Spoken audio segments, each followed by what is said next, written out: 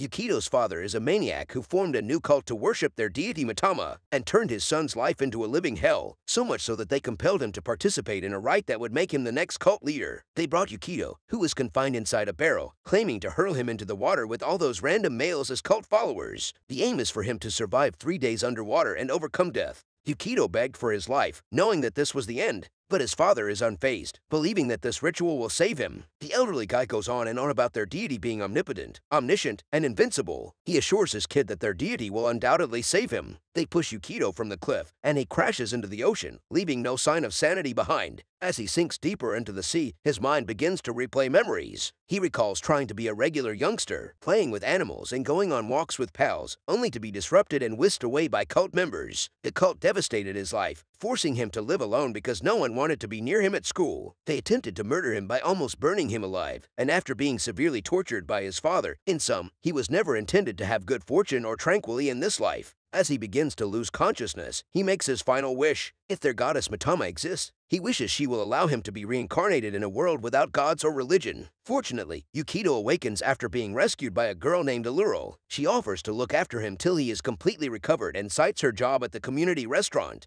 At first, he doesn't comprehend, but after glancing about, he realizes he is in a new universe, and his wish to be reincarnated in another world has come true. He instantly asks the standard questions, such as where the Adventurers Guild is. He wants a job despite the fact that she doesn't understand him very well. He chases her, all pumped up, planning to use a sword and magic. But he eventually gets a job as a farmer. He becomes enraged since this is a tedious mission. To make matters worse, Roy claims, without introducing himself, that every lady in the community is his. Clen, fortunately, stops the odd youngster and hands Yukito a knife. And our boy thinks he's going to do some Genshin Impact quests. But, of course, that does not happen. His job is to pick grapes, but they end up harvesting too much and are at a loss for what to do. So Yukito decides to make wine, which they have never done before. Everyone instantly warms up to him. He eventually befriends the people and moves in with Alrul and her older sister Sururul. Yukito is farming one day when he notices a villager rushing and yelling for everyone to run. A large Marvel-level CGI animated beast pursues him, but Roy encourages him to relax and leave everything to him while pulling out a book. He opens it and begins to draw out some type of evil magic ritual. Yukito is enthralled. He is going to witness magic for the first time. But Roy's curse is called Yukito, flee for your life.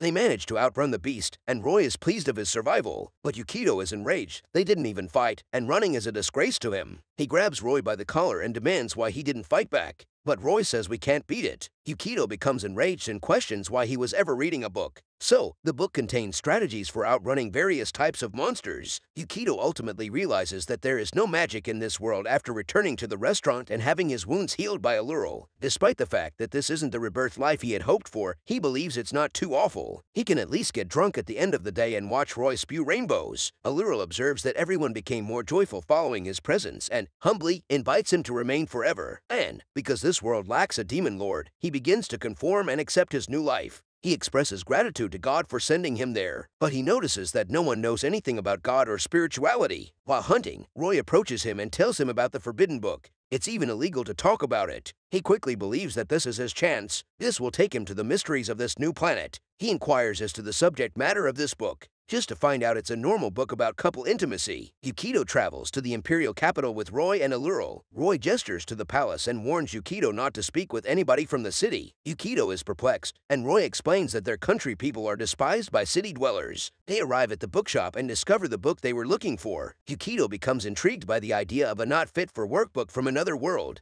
Everyone is alarmed by how bad it appears, but Yukito thinks it's just a regular book. Aluril is the only one having a good time since she discovered a more advanced book than the one she presently owns. They notice a crowd of people on their way back. Yukito's curiosity takes over and he investigates. He notices a group of individuals on their knees with Imperial guards behind them. The guards instruct the victims to drink something and then fall. He is stunned and has no idea what is happening, but Aluril grabs his hand and drags him away. He asks her what she was doing, and she comes to a halt. She says that the government has a mechanism in place that determines when someone's life should be taken. He freaked out again since he has no idea what is going on. He wonders if that applies to them, but Roy steps in, explaining that it doesn't because their village is unique and receives special treatment. The two men walk away, leaving Arrow behind until she notices her sister and her name on the next target list. Yukito is attempting to sleep at night when Allura bursts into his room. He has no idea what is going on, but she just read that in her new book and wants to put it into practice. After tying him up and recovering her composure, she apologizes. She also adds that she was sent to the community due to her characteristics. She discloses that the town is nothing more than an isolation camp for misfits. She bares her shoulder, revealing a branded scar. She says that anyone who is afraid of death or who does not adhere to the country's rules is branded and sent to an isolation camp.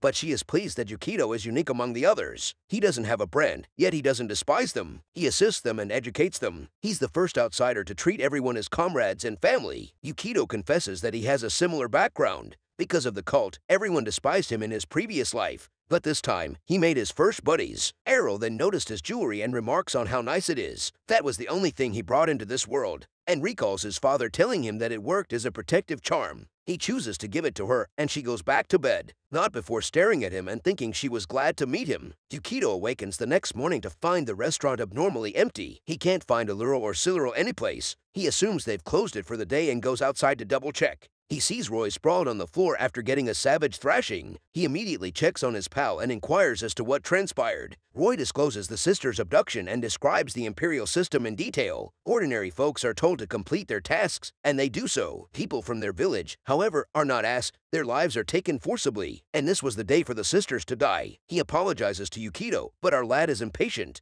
He goes to the capital, accompanied by Clen, where Allura can't believe she just saw her sister's dying breath. The guard knocks her down and prepares to kill her with his sword. However, Yukito arrives in style on his first true adventure. He hits 2 troops in succession. All of the guards in the vicinity encircle him, but he is unafraid. He stares at the lifeless Siluro and wonders why they are doing this to them. And the Imperial Guard captain enters, explaining that it's because they're afraid of dying, something they should not do since it will happen sooner or later. Without any reply, the captain draws his sword and stabs Yukito. He drops down and stares at Allura, who is yelling his name, but the captain cuts her right immediately. He crawls to Errol's side, barely surviving, and asks why. Why did this happen? When he sees the necklace he gave her, his father's words come back to him. Their deity, Mitama, will undoubtedly save him. He takes the collar, his final chance, and begs Minim to save the sisters. He begins saying the same words his father used to pray to their deity for the first time in his life. The necklace gem leaped into the air at that same instant, causing lightning strikes. The sky opened up, and a gigantic orb resembling the sun appeared, clearing it. And from it, a lowly girl descended to earth, leaping onto Yukito. He eventually phoned and accepted her while happily hugging him. However, Yukito was no longer breathing. She finally understood, and the lovely lowly turned into a horror in an instant. She utilized all of her strength to form root-like arms that dragged every guard into the depths of the abyss, simultaneously resurrect Yukito and the 2 sisters. She rushes on his shoulders, expressing her love. However, Yukito has no idea who she is. She identifies herself as Mitama, his deity.